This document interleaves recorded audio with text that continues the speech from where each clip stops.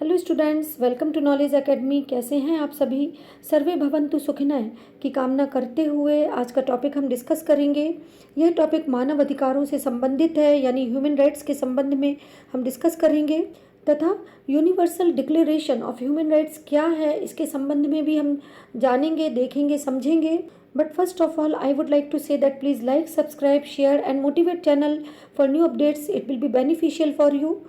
You are most welcome for your suggestions and comments.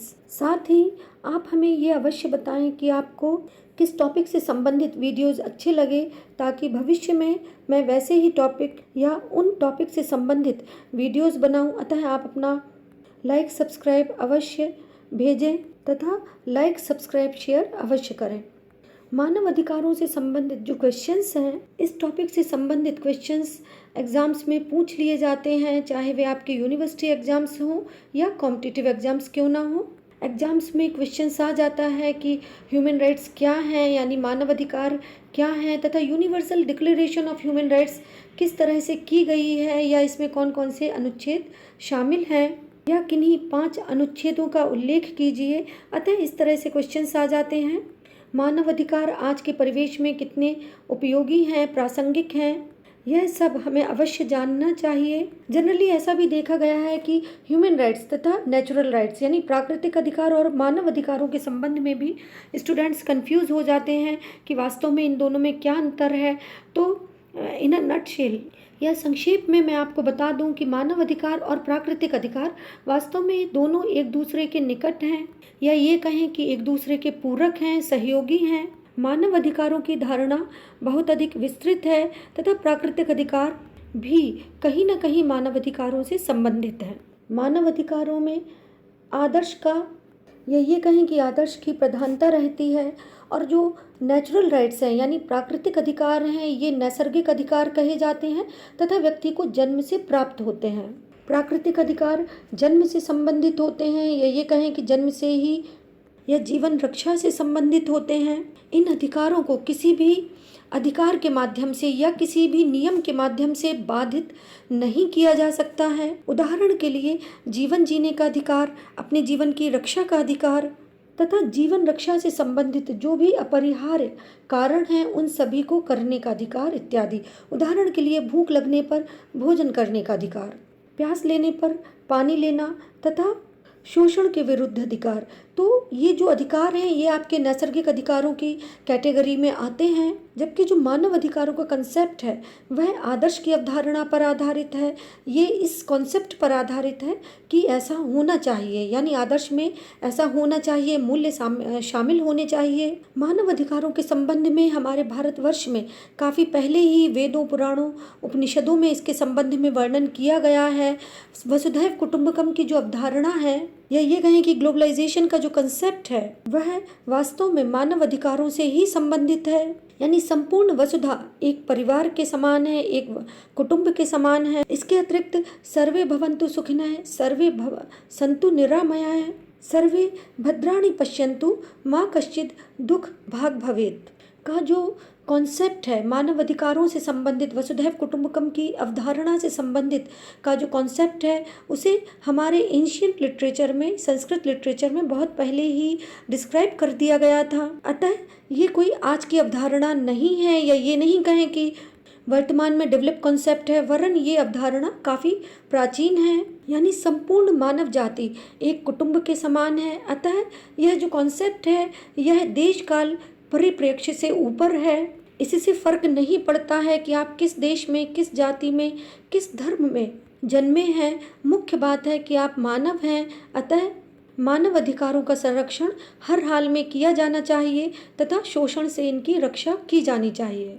मानव अधिकारों की मांग विश्व शांति के उपलक्ष्य में 1945 में सेकेंड वर्ल्ड वार के बाद उठने लगी, या ये कहें कि द्वितीय विश्व युद्ध के पश्चात इसका कॉन्सेप्ट अस्तित्व में आया, या ये कहें कि ज़्यादा जोरों से चर्चा इस संबंध में होने लगी कि मानव जाति के अस्तित्व की यदि रक्षा करनी है तो मानव अधिकारों का होना वांछनीय है। इस तरह से 24 अक्टूबर 1945 को अमेरिका में संयुक्त राष्ट्र संघ यानी यूनाइटेड नेशंस ऑर्गेनाइजेशन नामक संस्था की स्थापना की गई तथा मानव के सुख शांति और विश्व शांति की स्थापना के लिए निरंतर प्रयत्न किए गए। जैसा कि मैंने अभी आपको अवगत कराया था कि जो ह्यूमन राइट्स का कंसेप्ट है वह वास्तव में वैदिक युग से चला आ रहा है तथा भारतीय साहित्य में इसका वर्णन बड़ी ही प्रधानता या ये कहें कि बड़ी ही प्रमुखता के साथ किया गया है। किंतु यदि पाश्चात्य जगत के संबंध में चर्चा करें तो प्लेटो, एरिस्टोटल आदि दार्शनिकों ने, विद्वानों ने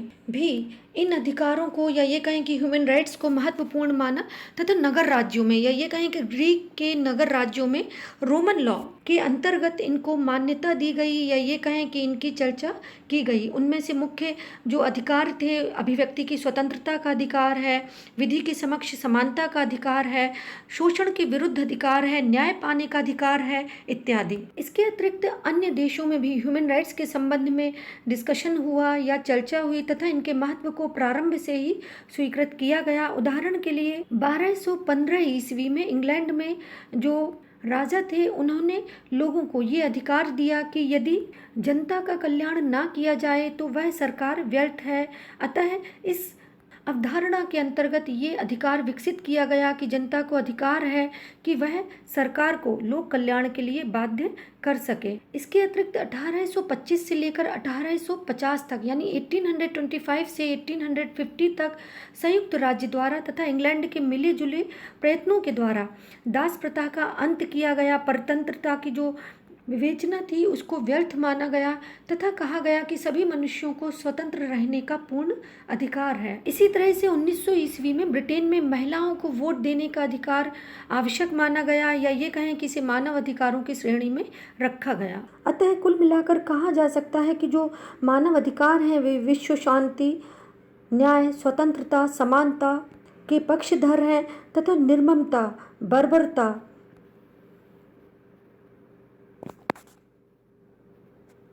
अत्याचार, अन्याय, शोषण इत्यादि का विरोध करते हैं तथा सह अस्तित्व, समानता, स्वतंत्रता इत्यादि की चर्चा करते हैं। संयुक्त राष्ट्र के सदस्य देशों ने जनता की बुनियादी आवश्यकताओं या ये कहें कि मानव अधिकारों से संबंधित आवश्यकताओं को अपरिहार्य माना तथा स्वीकृत किया कि मानव व्यक्तित्व की गरिमा को, उसके गौरव को स्वीकृत किया जाना चाहिए तथा सामाजिक प्रगति यानी सोशल प्रोग्रेस तथा बेहतर जीवन स्तर के लिए प्रत्येक मनुष्य को स्वतंत्रता प्रदान की जानी चाहिए। इसके अतिरिक्त संयुक्त राष्ट्र के सदस्य देशों के द्वारा ये प्रतिज्ञा की गई कि संयुक्त राष्ट्र के सहयोग से मानव अधिकारों और उनकी बुनियादी आवश्यकताओं, आज़ादियों के प्रति सार्वभौमिक सम्मान में वे वृद्धि करेंगे तथा इसके संबंध में प्रयत्नशील रहेंगे। मानव अधिकार वास्तव में वे आदर्श पर आधारित वे अवधारणा है जिसमें एक विद्वान ने कहा है या ये कहें कि एक विद्वान ने मानव अधिकारों के संबंध में कहा है कि मानव अधिकार वे मांगे हैं जो हमें अपनी पूर्ण क्षमता के अनुरूप विकास करने, अपनी मूलभूत मानवीय आवश्यकताओं को पूरा करने के योग्य बनाती हैं। ये वे आदर्श हैं जो अच्छे मानव के निर्माण के लिए आवश्यक हैं। मानवता की सम्मान अर्थात मानवता के सम्मान, आदर, स्वतंत्रता, न्याय, सुरक्षा इत्यादि पर आधारित वे अवधारणाएं हैं जो कि वास्तव में मनुष्य के अस्तित्व के लिए, उसके अस्तित्व की सुरक्षा के लिए तथा मानव अधिकारों के लिए ये आवश्यक हैं। मानव अधिकारों की रक्षा के लिए प्रत्येक देश के द्वारा तथा राष्ट्रीय एवं अंतर्राष्ट्रीय स्तर पर इस तरह के उपाय किए जाएंगे तथा प्रयत्न किए जाएंगे कि प्रत्येक नागरिक के अस्तित्व का, उसकी स्वतंत्रता का सम्मान किया जाए तथा इसके संबंध में जो भी प्रावधान किए गए हैं या ये कहें कि जो विभिन्न प्रकार की धाराएं हैं, अनुच्छेद हैं, वे आर्थिक, सांस्कृतिक, सामाजिक, शैक्षिक, नैतिक तथा सामाजिक जीवन स्तर को उन्नत करने से संबंधित हैं। अतः कहा जा सकता है कि जो ह्यूमन राइट्स हैं वो मानव जाति से संबंधित हैं तथा समूचा विश्व इनका सम्मान करता है तथा मानव के अस्तित्व की रक्षा के लिए ये अपरिहार्य हैं, इनको निग्लेक्ट नहीं किया जा सकता। आई होप आपका कंसेप्ट क्लियर हुआ होगा। That's all for today. Please take care of yourself. Thank you.